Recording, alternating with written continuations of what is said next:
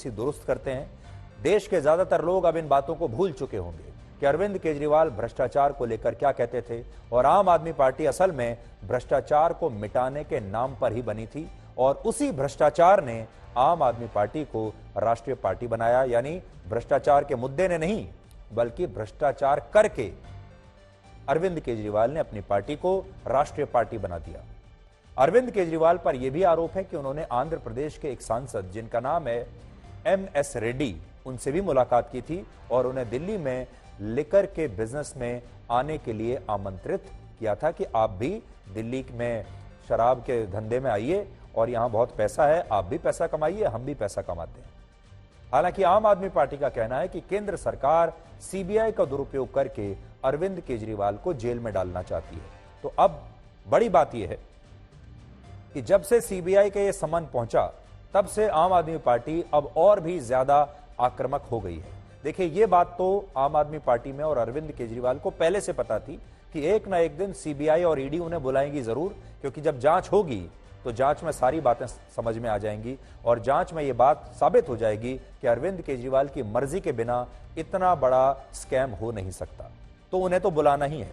तो उन्होंने तैयारी पहले ही शुरू कर दी थी और जैसे ही यह सम्मन आया वैसे ही आम आदमी पार्टी ने एक प्रेस कॉन्फ्रेंस बुलाई। उनके सांसद संजय सिंह ने पर्सनल एलिगेशंस लगाए हैं, निजी आरोप लगाए हैं और आज उन्होंने कहा है कि गौतम अडानी पर लगा सारा पैसा असल में प्रधानमंत्री मोदी का अपना पैसा है। यानी अब तक राहुल गांधी जब आरोप लगाते थे तो वो सिर्फ ये पूछ रहे थे कि गौतम अडानी की कंपनी में 20,000 करोड़ रुपए कहां से आया और यह पैसा किसका है, नाम नहीं बता रहे थे। लेकिन आज आम आदमी पार्टी एक कदम नहीं 100 कदम और आगे निकल गई और उन्होंने ये कह दिया कि गौतम अडानी की कंपनी में जो पैसा लगा हुआ है वो प्रधानमंत्री मोदी का निजी पैसा है। जिस दिन दिल्ली की विधानसभा में दिल्ली के मुख्यमंत्री अरविंद केजरीवाल जी ने कहा था कि देश के प्रधानमंत्री नरेंद्र मोदी जी के दोस्त, उनके दोस्त की कंपनी में लगा हुआ लाखों करोड़ का काला धन दरअसल देश के प्रधानमंत्री नरेंद्र मोदी का पैसा है, उसी दिन मैंने अरविंद जी से कह दिया था, अरविंद जी अगला नंबर अब आपका होगा। इस सारे भ्रष्टाचार में प्रधानमंत्री नरेंद्र मोदी जी का क्या हाथ है, वो दिल्ली के मुख्यमंत्री अरविंद केजरीवाल जी ने एक्सपोज कर दिया। जिस दिन से प्रधानमंत्री नरेंद्र मोदी जी का भ्रष्टाचार अरविंद केजरीवाल जी ने एक्सपोज किया है, उस दिन से ये तय था कि अरविंद केजरीवाल जी उनके अगले टारगेट होने वाले हैं। इसमें जो मिस्टर नायर हैं, वो नायर साहब ने तो शायद केजरीवाल जी का पहले नाम भी लिया है और कहा है कि प्रत्यक्ष रूप से प्रत्यक्ष अप्रत्यक्ष दोनों तरीकों से केजरीवाल जी की मौजूदगी यहाँ थी। और आपको इस विषय में ये भी समझना होगा कि दिल्ली के मुख्यमंत्री होने के नाते दिल्ली की कोई भी नीति उनकी मर्जी के बिना, उनकी जानकारी के बिना और उनके ठप्पे के बिना बन ही नहीं सकती, चल ही नहीं सकती।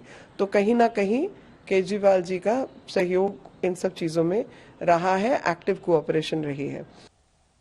उनके खिलाफ जांच आगे बढ़ रही है और अभी उनको भी CBI का समन आया है।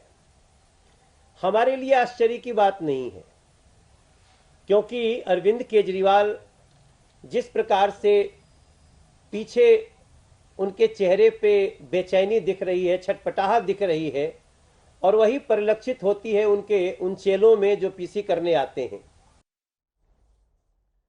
अब आम आदमी पार्टी कुछ और आरोप लगा रही है, लेकिन आगे बढ़ने से पहले मैं आपको ED की चार्जशीट में से कुछ और पढ़ के दिखाता हूं और इसी चार्जशीट में मनीष सिसोदिया के जो सेक्रेटरी हैं उनका बयान भी छपा हुआ है।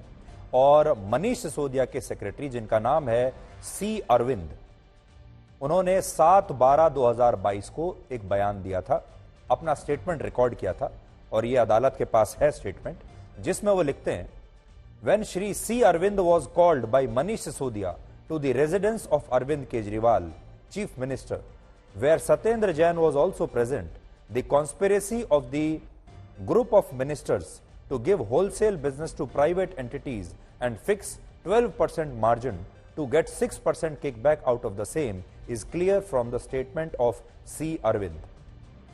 तो C. अरविंद जो है, जो कि मनीष सिसोदिया के अपने ही सेक्रेटरी हैं, उन्होंने पूछताछ में सारी बातें सच बता दी और वो ये कह रहे हैं कि मुझे खुद अरविंद केजरीवाल के घर पर बुलाया गया, वहां पर यह दस्तावेज तैयार हुआ था और इसमें एक बड़ा बदलाव किया गया था और वो ये था कि जो बिजनेस जो कारोबारी थे शराब के, उनका जो प्रॉफिट मार्जिन है उसे 6% से बढ़ाकर 12% कर दिया गया था। अब इसमें जो सोचने वाली बात है वो ये कि आम आदमी पार्टी के जो लोग हैं वो इन शराब कारोबारियों से कमीशन मांग रहे होंगे, कट मांग रहे होंगे।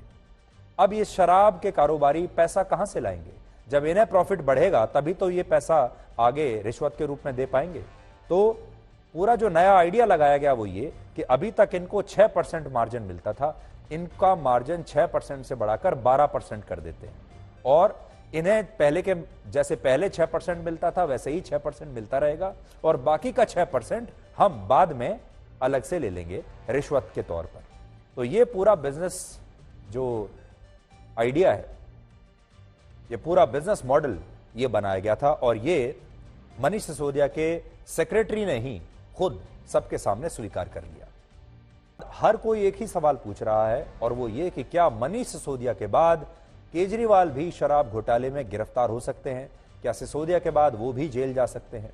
इसी हफ्ते 11 तारीख को जब आम आदमी पार्टी के राष्ट्रीय पार्टी बनने पर अरविंद केजरीवाल ने एक जबरदस्त भाषण दिया था, तब उन्होंने खुद ये कहा था कि अब एक एक करके उनकी पार्टी के कई नेता गिरफ्तार होंगे और इस भाषण के सिर्फ 3 दिन बाद सीबीआई ने उन्हें पूछताछ के लिए बुला भी लिया।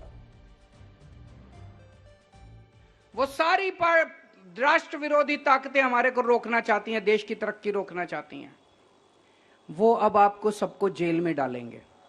सबका नंबर आएगा, सबका नंबर आएगा एक एक करके। कम से कम 8 से 10 महीने जेल में जाने के लिए तैयार रहना पड़ेगा। तो केजरीवाल ने उसी दिन कह दिया था कि जो भी सरकार के खिलाफ विपक्षी दल हैं उनके तमाम नेताओं का नंबर आएगा और शायद उस दिन उन्हें पता था कि उनका नंबर आने ही वाला है। शायद ये भी पता होगा कि शायद अगला नंबर उन्हीं का है और आज उनका नंबर आ गया और 2 दिन के बाद उन्हें वहां पर पेश होना है। आज आपको यह भी पता होना चाहिए कि दिल्ली का शराब घोटाला आखिर है क्या। तो संक्षिप्त में आपको बता देते हैं, इस घोटाले की एक ही जड़ है और उस जड़ का नाम है न्यू एक्साइज पॉलिसी 2021-22। ये पॉलिसी अरविंद केजरीवाल और मनीष सिसोदिया लेकर आए थे, जो दिल्ली में 17 नवंबर 2021 को लागू हुई थी। इस नई शराब नीति के तहत पहला घोटाला यह हुआ कि सरकार ने शराब की बिक्री का सारा काम प्राइवेट हाथों में सौंप दिया और इनमें भी उन्हीं लोगों को शराब बेचने का लाइसेंस मिला जिनकी एक्साइज डिपार्टमेंट या मनीष सिसोदिया से कोई जान पहचान थी। यानी सारे लाइसेंस अपने लोगों को बेच दिए और सरकार जो पहले शराब बेचा करती थी वो बिल्कुल बंद कर दिया, क्योंकि जो सरकार शराब बेच रही है उसमें तो कोई इन्हें फायदा होगा नहीं। फायदा तभी होगा जब ज्यादा से ज्यादा प्राइवेट लोग शराब बेचेंगे। तो पूरी जो 100% शराब है वो प्राइवेट हाथों में दे दी। इसके अलावा पुरानी नीति में शराब बनाने वाली कंपनी बाजार में शराब बेच नहीं सकती थी, लेकिन दिल्ली सरकार ने नई पॉलिसी के तहत इसकी भी मंजूरी दे दी। यानी आप शराब बनाइए भी और बेचिए भी। और इसके बदले में इन कंपनियों ने दिल्ली के एक्साइज डिपार्टमेंट के अधिकारियों की खूब जेबें भरी हैं।